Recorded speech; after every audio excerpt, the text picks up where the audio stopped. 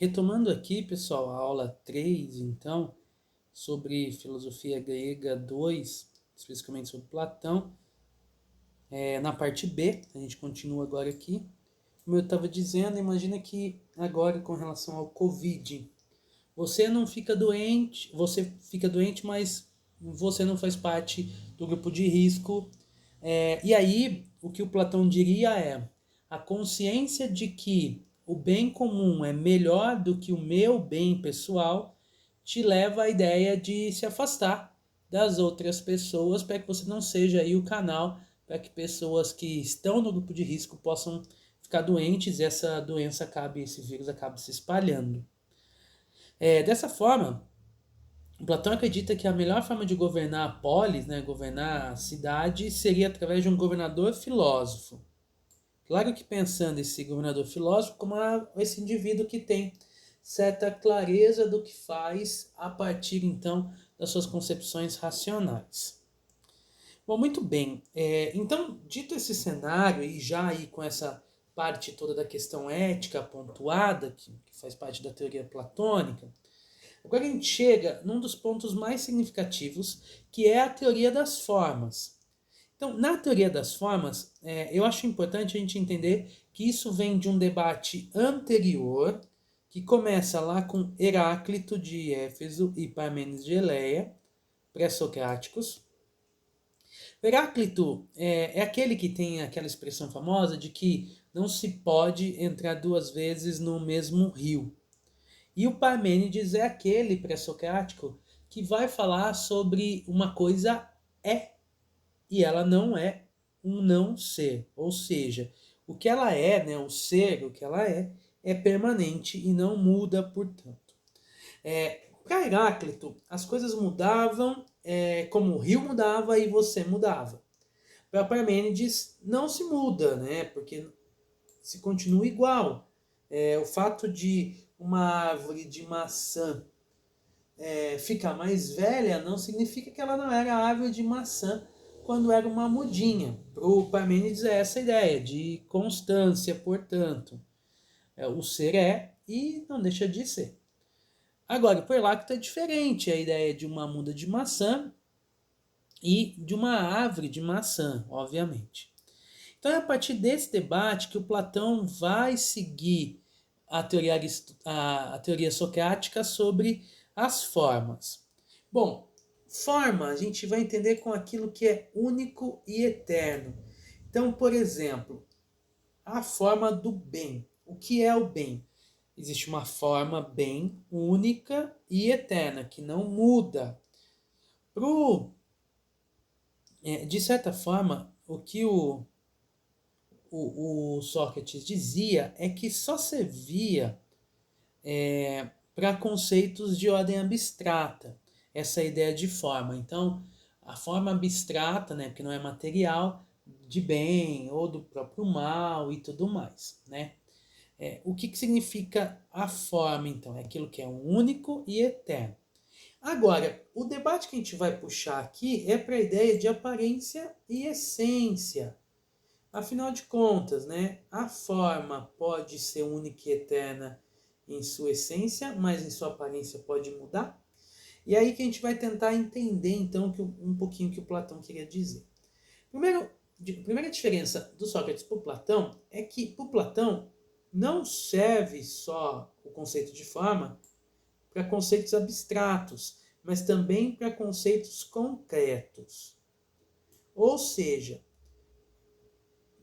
o bem que não é palpável, possui uma forma única e eterna, mas também a rosa, que é algo palpável, também possui seu conceito único e eterno, sua forma, portanto.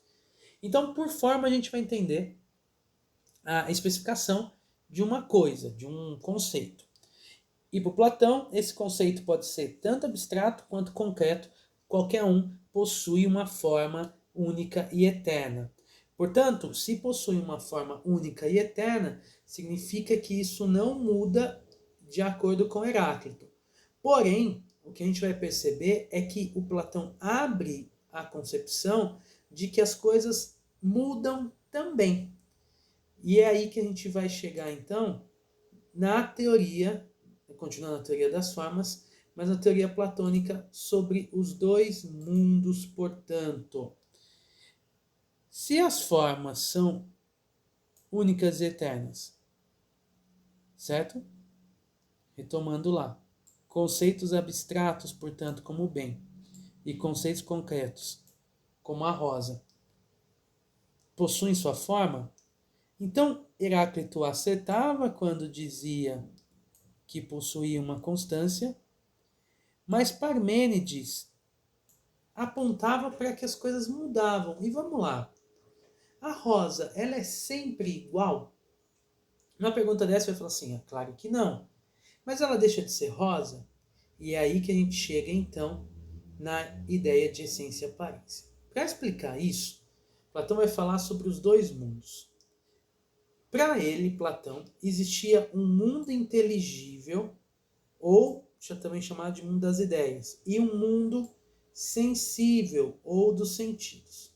O mundo inteligível era onde a nossa alma viveu.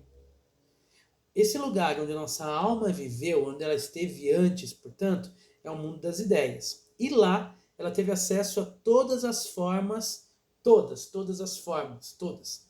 Ou seja, todos os conceitos perfeitos foram concebidos lá nesse mundo das ideias. As formas são únicas e eternas. Então vamos supor, a forma cachorro, a nossa alma teve contato com a forma cachorro lá nesse mundo das ideias e nós temos características e compreensões do que é um cachorro a partir dessa forma. O mundo das ideias só pode ser alcançado pela razão, então pela própria ideia, pelo pensamento.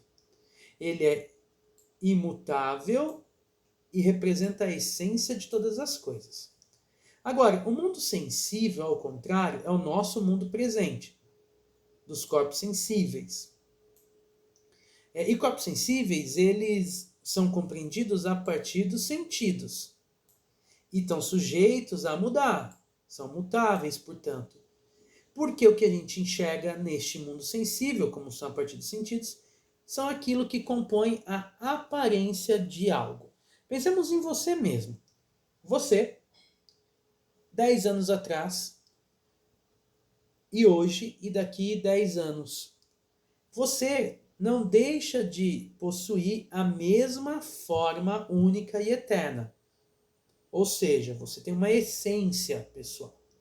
Agora, é inegável que a aparência vai mudar, o seu corpo vai mudar, as características que montam aí o seu cabelo mudam, enfim.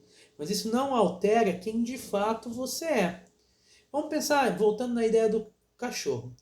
A forma perfeita é cachorro, com 4 patas, com focinho, com rabinho, tal.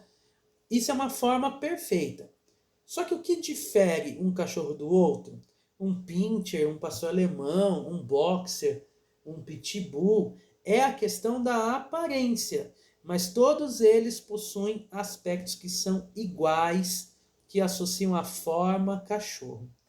Portanto, tanto para conceitos abstratos quanto para conceitos concretos, o que o Platão quer dizer é: nós já aprendemos estes conceitos quando nossa alma viveu no mundo inteligível. Ao passar a viver no corpo, nós acabamos tendo contato com o mundo aparente, com o mundo dos sentidos, mais sensível aos nossos sentidos. E aí a gente acaba perdendo a lembrança que nós tínhamos das formas perfeitas e corremos o risco de nos prender apenas na aparência das coisas. Galera, olha que interessante isso. O que o Platão está querendo dizer é que nesse mundo nosso se pode ter uma grande chance de a gente só se apegar à aparência e desprezar a essência das coisas, porque nossos sentidos acabam caminhando aí antes da nossa própria reflexão, antes das nossas próprias ideias. Atenção para isso é bem importante. Dessa maneira, a gente vai viver uma vida de enganação. Se lá no princípio a ideia do Platão é que romper com a mentira, a primeira mentira é a gente ir além da aparência e perceber que existe a essência. Isso serve nos nossos relacionamentos, serve nos conhecimentos, isso serve na nossa vida. E além da aparência, significa buscar uma compreensão mais profunda de tudo aquilo que existe para chegarmos até a essência daquilo. Ah, mas a aparência é então inteiramente ruim? Por Platão, ela nos provoca um erro. Mas, por sua vez, ela pode nos despertar aquilo que é chamado de reminiscência, que é a lembrança. O grande objetivo é largar a aparência, aquilo que nos traz o engano, e buscar a nossa reminiscência, a nossa lembrança do mundo inteligível. Dessa forma, para Platão, surge uma teoria que vai ficar bastante conhecida entre os racionalistas mais à frente, que é a ideia de que nascemos com os conteúdos e nós só precisamos despertá-lo como se fosse uma memória lá do que a gente já conhecia. Para explicar isso, Platão usou o mito ou alegoria da caverna. Em linhas gerais, é aqui que ele fala sobre o caminho do mundo sensível ao mundo inteligível. Como fazer isso? Bom, segundo ele, existiam homens que nasceram dentro de uma caverna e estavam acorrentados, sem poder olhar para trás, olhando sempre para frente no fundo da caverna.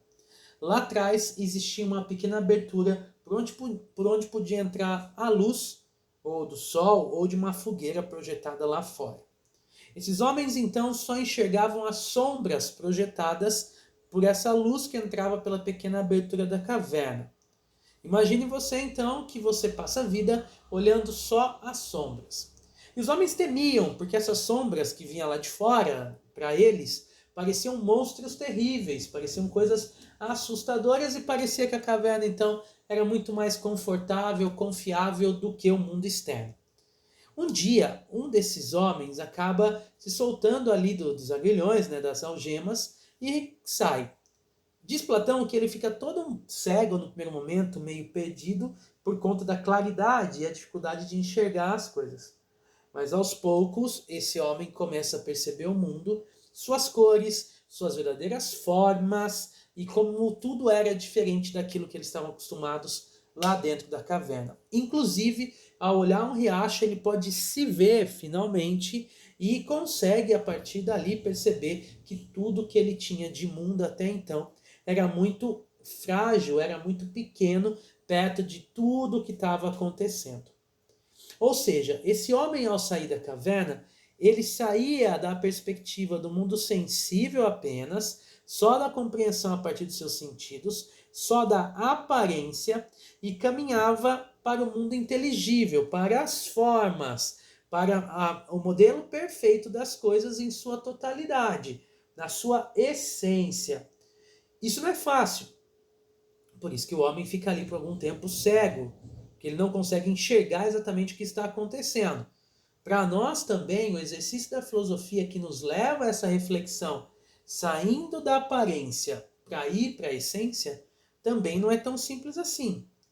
Demora e gera dores, dificuldades, obviamente.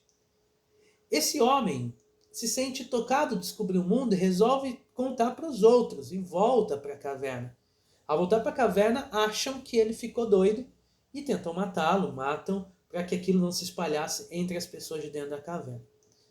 Da mesma forma, quando a gente começa a enxergar a realidade por outro olhar, é possível que a realidade que nós enxergamos nos leve a querer gritar ao mundo.